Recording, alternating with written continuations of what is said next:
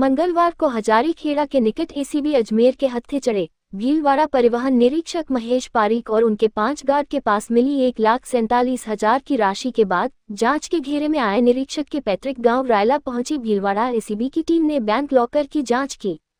गौरतलब है कि लंबे समय से भीलवाड़ा चित्तौड़ हाईवे पर मिल रही आरटीओ द्वारा अवैध वसूली की शिकायत के बाद मंगलवार को मुख्यालय जयपुर के निर्देश पर अजमेर एसीबी की टीम ने घेरा डालकर परिवहन विभाग के निरीक्षक महेश पारीक को 5 गार्डों के साथ हजारीखेड़ा से डिटेन किया था। जांच में टीम के पास एसीबी को 1,47,000 की नकदी मिली थी, जिसे संदिग्ध मानते हुए जांच शुरू की गई। एसीबी ने नकदी और काटे गए चलाने की जांच के बीच आज भीलवाड़ा एसीबी की मदद से निरीक्षक पारीक के रायला स्थित एसबीआई बैंक के लॉकर की पड़ताल की। हालांकि लॉकर में एसीबी को बेनामी संपत्ति जैसा कोई दस्तावेज या राशि तो हाथ नहीं लगी, लेकिन कुछ सोना लॉकर में मिला है, जिसके बिलों की जांच की जा रही है।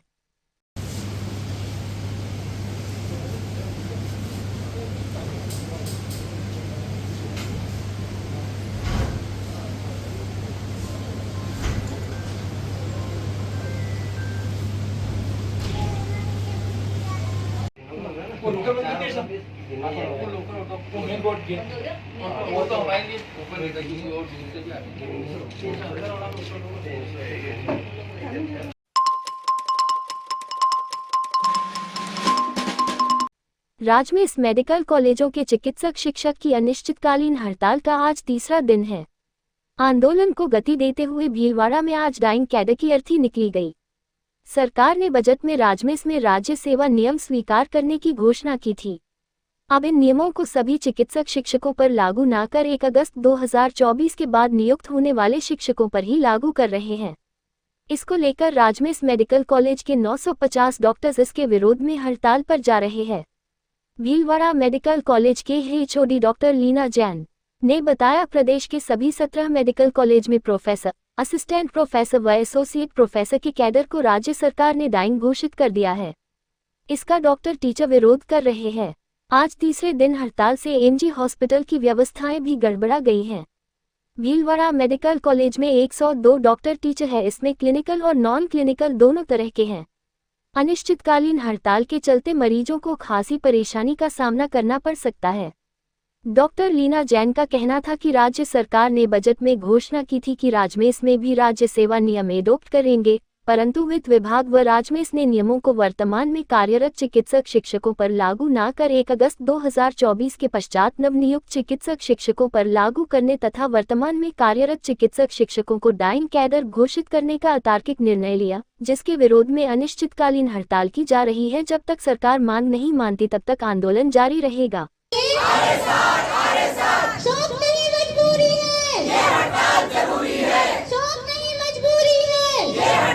जैन आरएमसीटी के बिहाफ पे आपको बताना चाहती हूँ कि अभी भी हमने थोड़ा सा हमारा जो प्रोटेस्ट है वो कंटिन्यू कर रहे हैं, और इसकी वजह यह है कि अभी भी हमें सरकार से या राजमेस से या जो भी फाइनेंस के पदाधिकारी हैं उनसे हमें भी लिखित में आश्वासन नहीं मिला है कि हम आप लोगों को equal pay for equal work वाला जो मुद्दा है उस पर आपको लिखित में कोई आश्वासन नहीं दिया गया है कि हमें समान पे समान वेतन और जितनी भी वेतन की विसंगतियां हैं वो दूर कर देंगे। ऐसा कोई लिखित में आश्वासन नहीं मिला है, इसलिए हम इसको कंटिन्यू करना चाहते हैं।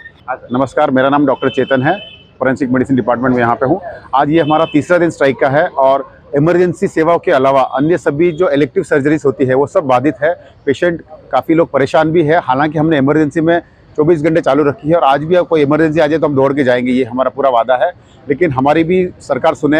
17 मेडिकल कॉलेजों में सभी लोग मिलकर एक साथ स्ट्राइक कर रहे हैं। मेडिकल एजुकेशन पूरा बाधित हो रहे हैं। सारे स्टूडेंट्स इधर उधर तितर बितर घूम रहे हैं। अगले हफ्ते से इनके एग्जाम स्टार्ट हो रहे हैं, लेकिन इनको कुछ भी पता नहीं चल रहा है कहाँ जाना है, क्या करना है। मेडिकल एजुकेशन पूरी तरह से प्रभावित है। एनएमसी वास्तव में अगर इसी तरह रहा तो एनएमसी वापस हमको आगे अगले साल बैच आने के लिए रोक भी सकती है। काफ़ी नए मेडिकल कॉलेजेस में इसकी रोक भी आई है, सरकार को पेनल्टी भी लगी है। शहर के प्रतापनगर थाना क्षेत्र में बोलेरो में आए बदमाशों ने कार सवार कंपाउंडर को रुकवाकर उस पर चाकू से हमला कर उसे गंभीर रूप से घायल कर दिया। घायल का एमजी हॉस्पिटल में इलाज जारी है। घायल कंपाउंडर प्रवीण सिंह ने बताया कि वो मालू हॉस्पिटल से कार से अपने घर जा रहा था। फन सिटी वाटर पार्क की ओर पहुंचा ही था कि उसकी कार के सामने एक बोलेरो आकर रुकी, जिसके 2 युवक सवार थे। दोनों युवक इस गाड़ी से उतरे और पहले एक ने फिर दूसरे बदमाश ने उस पर चाकू से वार किया और वहां से फरार हो गए। हमले में चाकू के 2 वार कंपाउंडर के पेट में लगे जिससे वो गंभीर रूप से घायल हो गया। वहां मौजूद लोगों ने उसे पहले मालू हॉस्पिटल फिर वहां से इलाज के लिए महात्मा गांधी हॉस्पिटल में भर्ती कराया गया। प्रवीण ने बताया कि वो दोनों बदमाशों को नहीं जानता है, उसने इन दोनों को पहली बार देखा था। फिलहाल पुलिस ने प्रवीण के बयान दर्ज कर हमलावरों की तलाश शुरू की दी है। घटना तो सर क्या, मैं हॉस्पिटल में मिश्रा हॉस्पिटल में ड्यूटी करता हूँ। ऑन कॉल सब जगह ऑपरेशन करवाने के लिए जाता हूँ, मैं असिस्टेंट हूँ। तो मालूम हॉस्पिटल से ऑपरेशन करा के मैं शाम को 5-5:15 बजे करीब मेरे घर जा रहा था।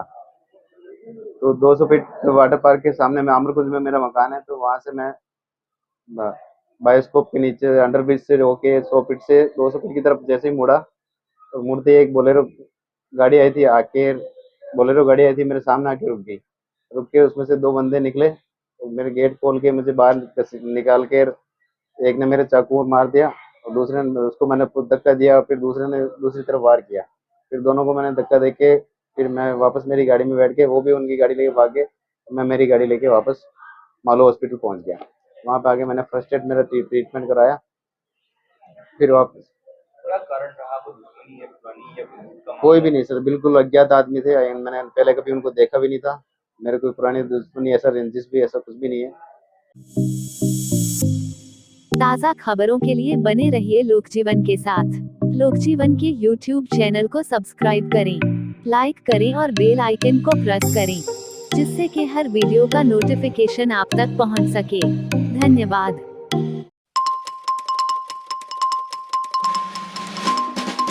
भीलवाड़ा जिले के बिजोलिया थाने के थानाधिकारी सहित कई पुलिसकर्मियों पर अनाधिकृत रूप से जबरन घर में घुसकर तोड़फोड़ और मारपीट करने का आरोप लगाते हुए महिलाओं ने जिला पुलिस अधीक्षक को ज्ञापन सौंपा। ज्ञापन में बताया गया है कि 20 जुलाई की रात करीब 3 बजे परिवार अपने घर में सो रहा था।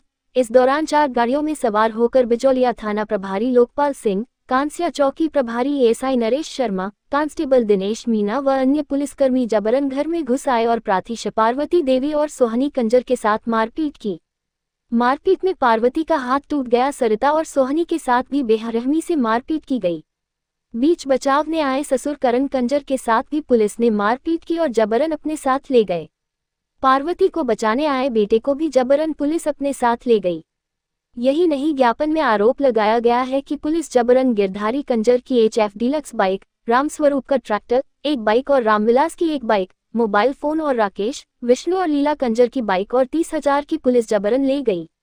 पीड़ितों का कहना है कि पुलिस कहीं पर भी चोरी होने पर कंजर समाज को निशाना बनाती है। जबरन इस तरह को कार्यवाही को अंजाम देकर मुख्यधारा में आने की कोशिश करने वाले समाज को पुलिस उसी दलदल में धकेलने का काम करती है।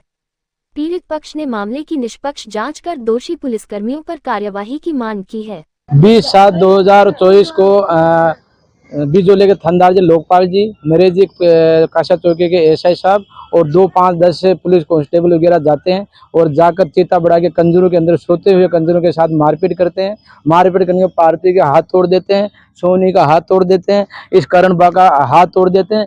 तोड़ के उनको मारपीट इसी बात से करते हैं कि कंजर जाते से हैं और कहीं भी चोरियां होती है तो इनके खिलाफ कानूनी कार्रवाई करने के लिए इनके खिलाफ मारपीट करते हैं।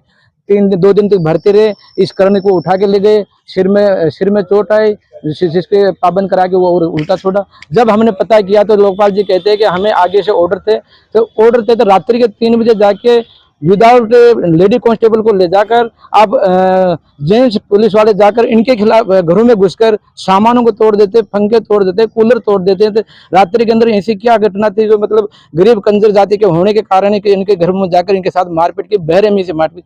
कई कारण नहीं, हमारे तो सूते टिके का आते हमारे धड़ाधड़ सोटी की देबा लग गई है। वे हमारे कई कारण नहीं, हमारे चोरी नहीं करते, चकारी नहीं करते हैं, हमारे तो नरेगा में जाते हैं, हमारे कंजर पत्थर तोड़ते हैं, हमारे कई मेन माटर नहीं करते कंजर।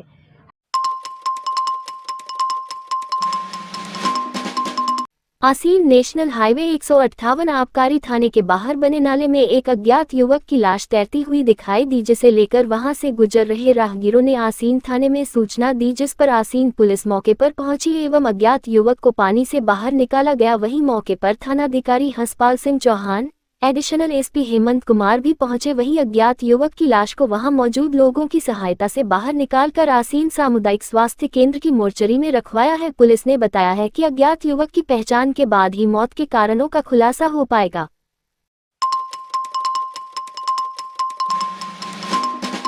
संगम उद्योग समूह द्वारा 1 लाख पौधे एवं 5000 ट्री गार्ड वितरण अभियान के चौथे दिन आमजन को मुख्य अतिथि के रूप में पौधे एवं ट्री गार्ड वितरित करते हुए नगर परिषद आयुक्त हेमाराम चौधरी ने कहा कि भीलवाड़ा की हरियाली बढ़ाने में संगम समूह का योगदान सराहनीय है। उन्होंने कहा कि पर्यावरण को सुरक्षित रखना हम सभी की जिम्मेदारी है। पौधारोपण करने के बाद उसकी देखभाल करना बहुत जरूरी है। कार्यक्रम की विशिष्ट अतिथि समाजसेवी रीना डाड ने संगम समूह के पौधा वितरण अभियान की प्रशंसा करते हुए कहा कि यह शहर को हरा भरा बनाने की दिशा में महत्वपूर्ण कदम है। आज दुनिया में सबसे बड़ा जो संकट है वो है पर्यावरण प्रदूषण, क्लाइमेट चेंज।